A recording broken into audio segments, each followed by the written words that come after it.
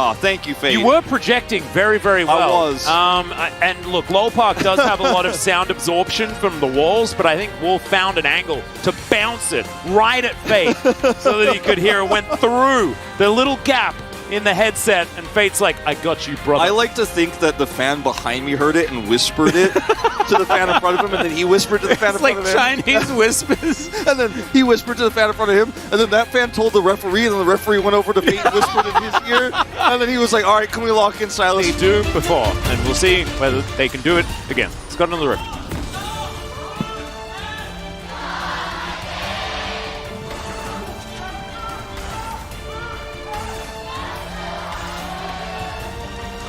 All right, here we are, and already something has been adjusted beautifully, and that is Rascal picking the Renekton skin of T1. So that is fun. That is interesting. That's kind of cool. Yeah. First strike, Silas. Pretty standard. Barrier, Zeri. How did we know? Whoa. Sejuani on the Rift, so Kuma can't take Ignite. Takes Cleanse. He knows Faker what he's is going doing. Conqueror this time around into the Silas Into the matchup? Silas specifically. Whoa. Then also Fleet Footwork for the Gnar. Into the Zeus Renekton special. matchup? That's crazy. Aftershock Vi. That is actually kind of like, yeah, that's a little bit different. Yeah. It's like a little bit less common. We're not pressing the attack this time around, but it does kind of seem to me like Ona doesn't really want to play too aggressively in the lane, which makes me a bit sad, I guess. Yeah. Well, let's see how this matchup goes, because it can go both ways. And Croco can path top, because bot is going to be a wash, right? And also note that on the bottom lane right now, they leash for Owner. So, and this is known. I'm pretty sure. Does miss. Oh, this is Owner lurking off to the side. We know that he is up here. And there he comes, as they don't actually aggro the turret. That's so important, as Rascal going to slice. And then look for Owner here. Spins around a little bit. Zeus is going to opt into this one. Flash has to be used quite early because Faker has the inside track.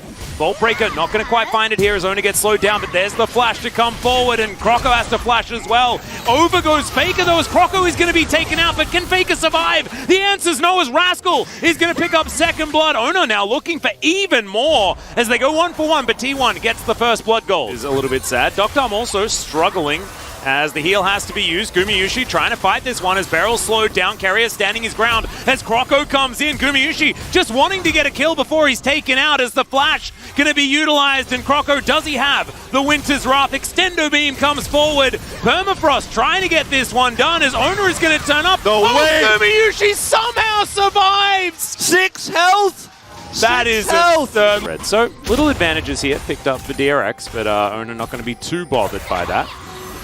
Carrier moving in, Owner looking to clear out vision and grab this where he can. Bubble is going to connect, and oh, Beryl.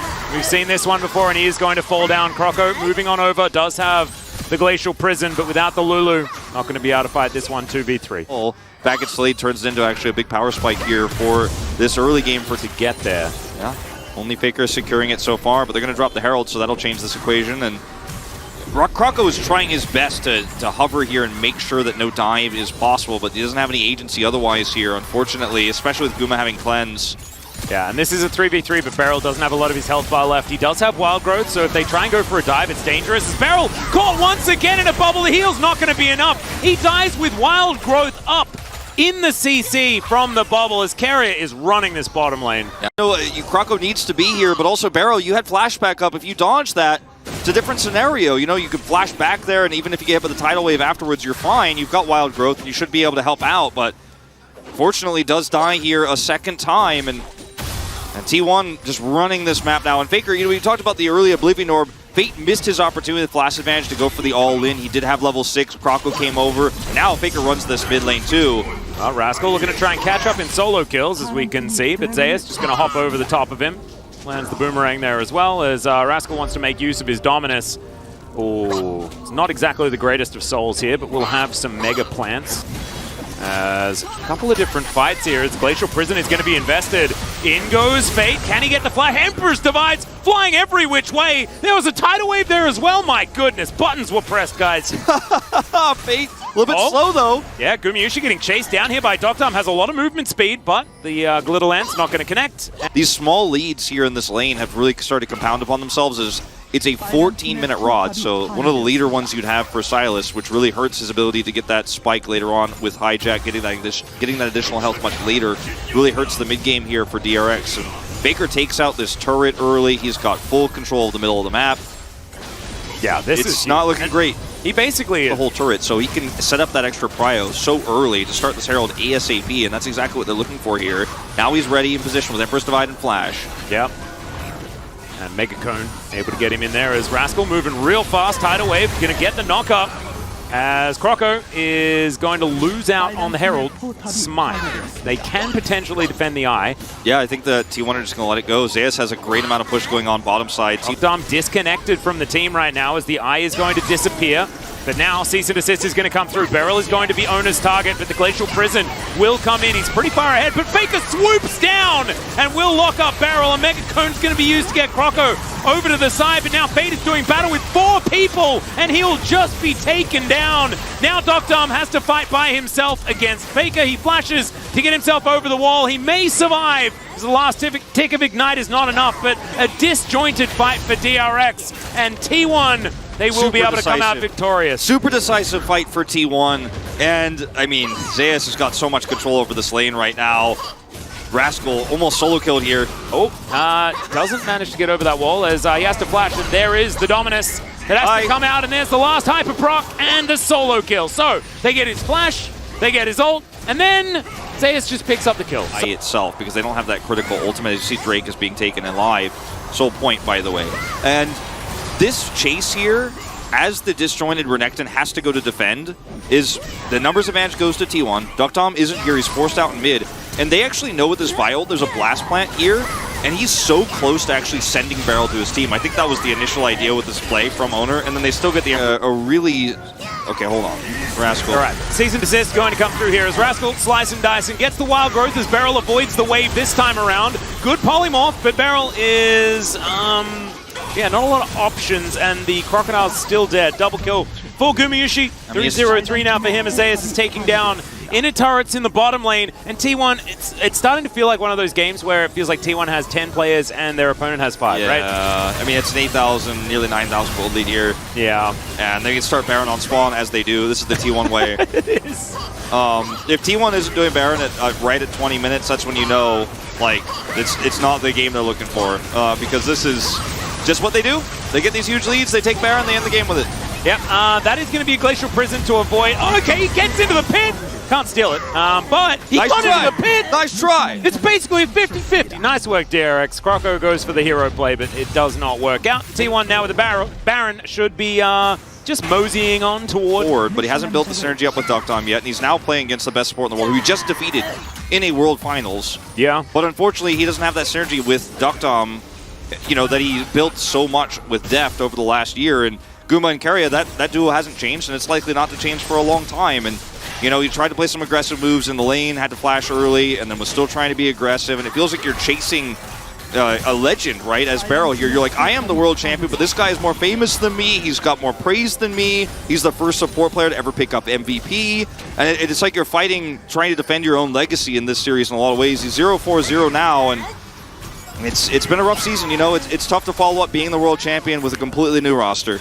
It is, and we've been trying to commentate this game like it's, you know, a game that is possible for DRX to win. It's 1 kill away from a perfect game here for T1. Like, there have not been a lot of mistakes made. Yes, it is an extraordinarily boring draft on both sides of this one.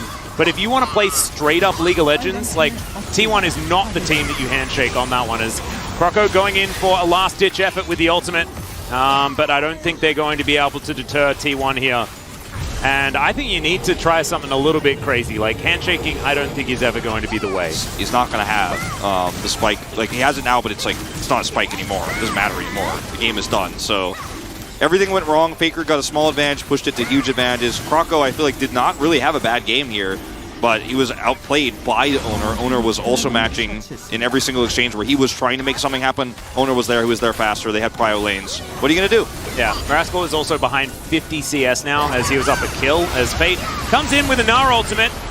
Does go golden in the end with his newly built Zhonya's. Flash does come through as Empress Divide over the wall inside the enemy base as Faker just mops the floor with him. I think Faker's got something to do later tonight because he wants this game over, and I think he's going to get his wish. Generally, when the Demon King asks, everybody else is going to respond with yes, sir, and they are going to take down these Nexus turrets. T1, 24 minutes making short work of DRX in this one. Yep, they beat this game faster than my old computer booted up, Atlas. Yeah, no, I think so. I think, in fact, if we had started some of our old computers, it may have just loaded into Windows as this Nexus is going down. Yep. T1 really, this was a masterclass in how to play fundamentals perfectly. Something crazy. They could. Because I could imagine Cho'Gath into Sejuani, decent matchup. Yeah, that's actually a good point. I didn't really think about that. And you can play Senna Gragas if you want to. Wait, hold on. Let's wait. I think it's going to be Cho'Gath Senna because that's what they're preparing. Gumushi's been practicing it a lot. But, I mean, you do that raise a would good be point. dope, wouldn't it? Top under the Rift and hope that doesn't happen.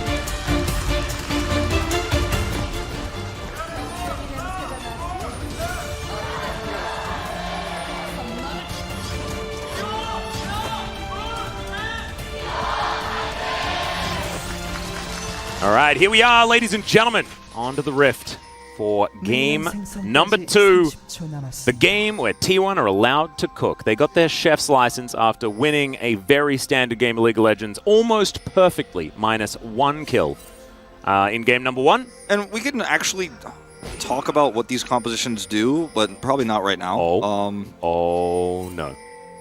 Oh no, the hidden Gragas is the deadliest. Yeah. Oh dear. Oh dear. Well, oh dear. Well, Body Slam's going to miss.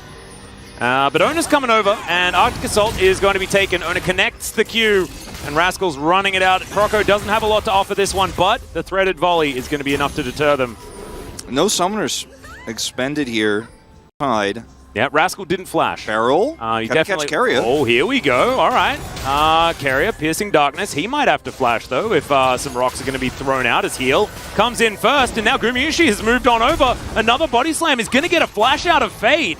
That's because his wave is massive. Oh, dear. Croco going to be spotted. And now, it's a great position for T1. As just a 2v2. Underneath this turret. However, Zeus gets engaged on. Rascal has to deal with a bunch of minions as well. But the Ignite is going to be involved. And Zeus not going to be able to help out. Can Owner actually make this one happen? As, they get the first blood! The outplay. And they also manage to get the possession as well as Croco is looking for this. Q turns it around! Zeus the God gets one, but it's still a double kill for the Sejuani. And great news for DRX. Yeah. Sure that they can get all of that initial damage onto Zeus. Zeus had 0 mana, so that was difficult. As Croco is probably just dead, as Owner is going to be able to secure that one. And the Glacial Prison is avoided because Owner pressed his safeguard button. As now Faker is going to take a drink and he's going to walk, guys. And Fate is just real. Flashes? Faker's still walking at him, though. But doesn't want to go toe-to-toe with the turret. So they will let Fate live. Owner might have another idea. Okay, he doesn't decide to chase for lives. That was very, very close to his death, as you said. But now T1 with a significant gold lead here, already 1,000. And we're going to trade objectives. But where can you actually put this Herald as DRX in this case? It's a question that they're going to have to answer. Yeah, it's a difficult one. And the first Drake being a mountain as well is so good for T1. It really is. With this burly composition that they have set up for themselves, this Gragas and the Cho'Gath. So T1 just sitting pretty right now. It's not a lot of damage, but you just have so much survivability, and you have your late game sort of insurance policy set up. Yeah, you're basically going to getting a lot of value. You're going to scale naturally now without any help from anybody else. Oh, Gamushi, delicious, delicious. Nom nom nom. That's the only Cho'Gath you see. I think that my favorite voice line in all of League of Legends is "Up you go." I still think it's my just all-time favorite. I love it so much. As Rascal going to go in, they're looking for Carrier here, who does have to flash. Shock Blast going to miss here from Zeus. Faker's here, as the regroup does come through. Faker, where is the cast going? He finds the Body Slam first. as Croco is just wiped out. And now T1 can separate them underneath this turret. There's the cast to move Sejuani a little bit further north, and the Rupture is going to miss, but still, Rascal's going to go down. The safeguard comes through, and that was so cute. They managed to get the root onto Fate as well. Seismic Shove is going to move Owner away, but he connects another Q! Double kill for the jungler. There's a reason why he's like a 90% win rate on this champion. Yeah, he's so good, man. And just every single wave that Zeus crashes, they just set up a dive. I want to kill the minions. I just want to farm. I'm 40 CS down against this Zeus Jace. Well, Gumayusi is in a rough spot here. I don't know whether the alcove will save him as he yells at the air, and I would be yelling as well if I was cornered and a Cho'Gath. I want to give him benefit of the doubt, but it looked a little bit like a whoopsie. Guma's like, okay guys, I thought we were doing the Cho'Gath game. You guys are doing the Zeus Jace game over there. Yeah. Like, I thought this was the game we show off the Cho'Gath. Yeah, you guys playing the Lee Sin game again? We played that game so many times. His owner is now going to get taken down. There we go. Croco going to turn into a Lee Sin. Let's see how he goes. His body slam, pretty good ability, but the Glacial Prison is going to come forward, and now the turnaround. A possibility here for DRX. And Viego with it. It's the Viego Sejuani, which has further CC. But T1's still going to get the second Drake here. Let's find out what soul it's going to be. Up you go. Could be Infernal. It's not that skin, Atlas. It's always that skin in my mind. I know. But I'm just trying to bring you back to reality for a second. Oh, oops, there goes gravity. It's bony Cho'Gath. It is, I know. And Jurassic Cho'Gath is pretty cool. After Sejuani leads into a Viego, leads into a Seismic Shove, then you're in big trouble. Now, T1 getting turrets like this for free uncontested for second Heralds, that's exactly what Guma wants. He's like, thanks for the free scaling. And do they even get it is the question. His owner is not going to go for the steal. And not fighting for a Herald. They've definitely grown, haven't they? Every time they don't fight for a Herald, I get more and more proud. As Dr. going to be slowed down underneath this turret. Extendo Beam stands his ground, though, to make sure that he can collect all of this farm, and does have backup on the way. As Glacial Prison will connect onto Faker here. Winter's Wrath does decent work for Rascal. In a bit of trouble, gets pulled back into T1. They all dive into the mist alongside Carrier. Croco looking for his angle. He's also in some mist as well. It's very misty on the Rift here today. As the snare connects onto Dr. and of course the Q does as well. Kick Flash comes down, but he flashes away. Q going to miss him as now Fate. He's going to try and turn this one around. Croco still waiting for his moment to come in as Gumayusi lumbering towards them. And they had to walk through that choke. Beryl now goes down extremely low as the Rupture goes wide. Gumayusi able to walk it out, but no one actually falling down there. The turret, though, does go down, which is pretty huge. Fate? Oh, dear. There's the flash. And Faker not pressing his flash button. He'll have that one up again as Fate going to get knocked up by the Rupture. He goes golden, but that is only going to allow him to see his death. And now an inner turret is going to go down as well. And you mentioned it, man. Like the first bit of CC, if it connects, it's all over. And they played the tiptoe really well at the beginning. They really did. And T1, they really won out hard on this exchange. They did.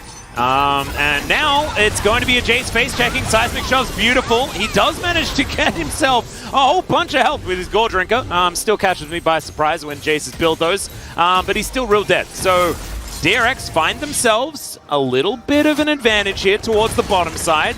T1 still with a, close to 4,000 gold lead, right? They are still well and truly ahead in this game. As we're ticking closer to Baron time, which scares me a little. Yeah.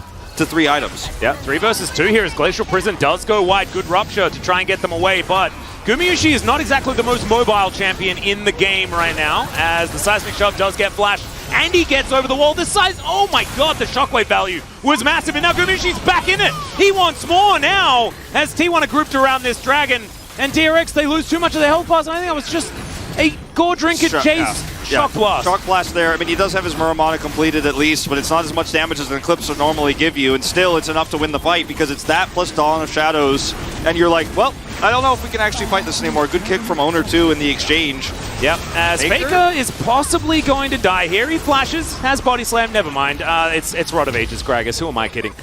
He is not dying, as Rupture is going to go wide, does get avoided with the Arctic Assault. And DRX are able to at least get out of there with their tail in between their legs. And they might just have to give this turret up. Like, every time T1 win these fights, they get a turret. Yeah. And that's what they need to do, because they need to end this game fairly quickly, and getting these structures off the map is going to be the easiest way they can get gold, because killing champions is really hard, but if you just win the fight and push the champions away, you just force all the way to the turret. Basically, T1 are kind of grouping as 5, because that's the only way this comp can work right now. Yeah, so the Baron is being scoped out, and that is definitely what you want to do as DRX. Rascal is not here. He's very far away. They're trying to sell this like they're not doing this, but T1 are very aware that they are doing. In fact, I mean, T1 were on their way to do it themselves. Obviously, it's 20 minutes. They're a minute late to the Baron, to be perfectly honest. As Faker's going to move in, Rascal does make his way over. Didn't have to teleport as another Shock Blast is going to come through. Gets the squishy targets beautifully there. As Doctarm dives on top of the Jace. And Zeus is going to go down. Oh, to the skies does so much work. But he's not actually able to lock down any kills. So DRX now able to fight this one out 5 versus 4. However, with the 2 low health bars, they're going to have to back away. And so DRX, once again, they want to fight, but they don't get enough. Keria actually looks like he might try to stop some backs here with his ultimate, and he's just going to scry them here. And DRX, some of these backs do go off, but critically Doctarm does get back and can return here with full health. So T1 loses Jace. He does not have teleport. It's coming up very soon here, but they won't be able to start this Baron off. And any time that DRX buy in this game now, as it is. It is, and that's a seismic shove. So Gumayusi gets a big Seraph Shield, but I have a feeling they're still going to be able to burn him down. It takes a while, but there we go, and that's the Zeri picking up the kill. And now Croco, he's going to turn into the Cho'Gath. He gets kicked into, though. Rascal is going to stop the advance of the prehistoric. I mean, this is a turning point in this game. The DRX getting 2 critical picks here, and the gold infusion they are picking up right now is massive. And where's the range damage? If you don't have great engage and you don't have chain CC, Faker's Cask isn't scary anymore. They're just going to TP the Sejuani mid and then group to push for Baron. You got to think. I mean, and if you're quick enough here on this as DRX, you win this fight. You've got great turn. And Rod of Age is almost done here for Faker again. This is a massive spike for him on 2 items. But they need the combo. They need Guma. He's not here for the smite battle. And Zeus is. And so he's going to be able to rain these shock blasts down. Keria looking for his opportunity. He's now in a very awkward position. Does have to flash. The Piercing Darkness comes in. T1, they have, like, it's so weird because it feels like both of these teams outrange each other in certain situations, sure. Right? But it's a game of CC right now. Oh, well, they're going to be able to find another catch here as Keria in a bit of trouble. Dawning Shadow not going to work because he's going to fall down the Rupture. Getting a lot of work done as now T1 find themselves a man down yet again.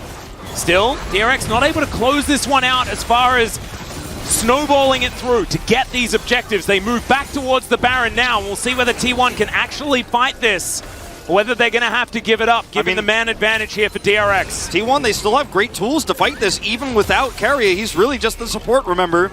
Yeah, quite literally, yeah. Guma has ult, so it's really hard for DRX to start this. Well, Doctarm is going to throw a burst fire at the Baron, but we're still just, I mean, DRX just looks so scared, and you can understand exactly why, as the Seismic Shove will connect, and Fate may have caught Gumayusi yet again. Feral Scream doesn't get a lot of value, but that Shock Blast does.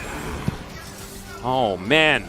DRX starting this up again. Well, Kerry is back, so I don't know whether they can actually do this. Croco is below half health, and Rascal, similar story. He doesn't have a Warmogs like a lot of these other Sejuanis that we see coming from the jungle does. So this is permanent damage, and now Zeus is going to casually come on over and collect a soul. Yeah, I mean, that's not that important in the grand scheme of things. Can be kind of annoying, but DRX much rather focus on this Baron. Yeah. It's going to get away with this, though. I mean, it's still huge. It is going to get the Elder spawner. Speaking of... because, like, the Elder, yeah, he's pretty big. The Elder is what T1 want to do as soon as possible here, because if the game goes longer, this Cho'Gath isn't going to go through the Sejuani, so like it's more nuanced than that, I think, but it can happen for sure. Oh dear, it's a shooting gallery as Rascal going to get snared. Not going to snare the rest of his teammates, but he's put into the bouncy castle, and there goes the boar. The kickback onto Doctarm, he gets wild growth though, and then skates his way out. That's Baron. That's Baron. It should be. I mean, Doctarm's still alive here, so that's a big threat, but they didn't use everything in order to do this. I mean, they used a lot, right? And yeah. They are going to push DRX back, but I think they have enough damage here. No feast. That's true, actually. That's a good point. The ultimate secure not there, but they do have a lot of ability haste as Croco's going to get knocked up. Faker finds the body slam. Q's going to connect as well as Heartbreaker is going to be used. He does escape, but there is a lot of panic here on the DRX side, and T1 just going to get back to work here. Zeus and Ona able to take this one up, and Faker's not even going to let this out of turret go while they're taking Baron. I think the next... Oh, he's flashing. All right. Body slam comes in. He slows down Doctarm. He's like, guys, I found him. I found him. I found Doctarm. If Doctarm has flash and doesn't die, I mean, it's hard to play. Zeus is on the flank. He just dives on top of Beryl. The Baron is going to be taken. Ona had to do it by himself in the end there. T1 are just doing so many things. They're spinning all the plates here, Wolf. I mean, now this is going to be the Baron push to end, potentially. I mean, if Duckdom is alive, there's a chance. Where there's this area, there's a way. There is. Pushing all these turrets down now. I mean, T1 are just multitasking so much. They are doing so many things all at the same time. This inhibitor is going to go down. The Baron is now transitioned to this top lane turret, and now T1 can group up with Owner as the... Okay, Weaver's Wall comes in. Faker going to move away because he's a very, very fast portly gentleman. And so no seismic shoves are going to come through, and now they can go for a reset and spend the billions of gold that they have after that Baron did come through. Already a 2.7k Baron power play, or as I said, 2.5. So T1, I mean, with the money they've just picked up for the map control, okay, Faker might not actually get out of here alive. Well, we'll see. Doesn't have the cask. There's the permafrost. Gets put in cold jail as well, as Duckdom might be able to get yet another kill. He goes golden. Buying some time. He is, but he's still going to be dead. And Duckdom is going to be given his third kill of the game. Could he do by himself here against the chase? If there's not enough CC to kill him, or burst damage to kill him in this case, then T1 can't quite continue to chase, because once those CCs are on cooldown, they're like, we're just running at this guy, and he's doing damage, and we can't catch him, because he's going to keep zooming over walls, he's going to keep slowing us with his extendo beam, he's got wild growth on him. But now it's just a war of attrition with this Baron buff, and T1 are pushing through. They have one inhibitor down, they're pushing for a second. Well, there's the rupture. Gumayusi just standing in front of his team. He steps on a seismic shove, but it doesn't matter. He's just going to hit this turret. Cask flies through. Beryl going to be knocked back. Double knock up there onto Rascal and Duckdom, but the inhibitor is what T1 are focusing on. Fate takes a shock blast, and DRX are just trying to hold on. They need to find a window to get some sort of counter engage here. T1, I mean, that's the thing. Like, they're trying so desperately, but they've done enough damage to Duckdom. They feel like they can keep pushing this. They can just do this until the Elder spawns. Yeah, he just walked back. Dawning Shadow is going to bring him under half health. They can try to end now. Yeah, as another seismic shove for Gumayusi's just soaking all of this damage. Defensive flash, but there's the rupture. He yells at the Sejuani, and she is going to go to the death chamber. Duckdom cannot get in range. Finally, he's going to... Oh, but the kick is immediately there from Owner. He puts down the Zeri, and the Nexus explodes. Oh, man, T1, they played this game on hard mode. They made it look like they had prepared this for weeks and weeks and weeks, months and almost...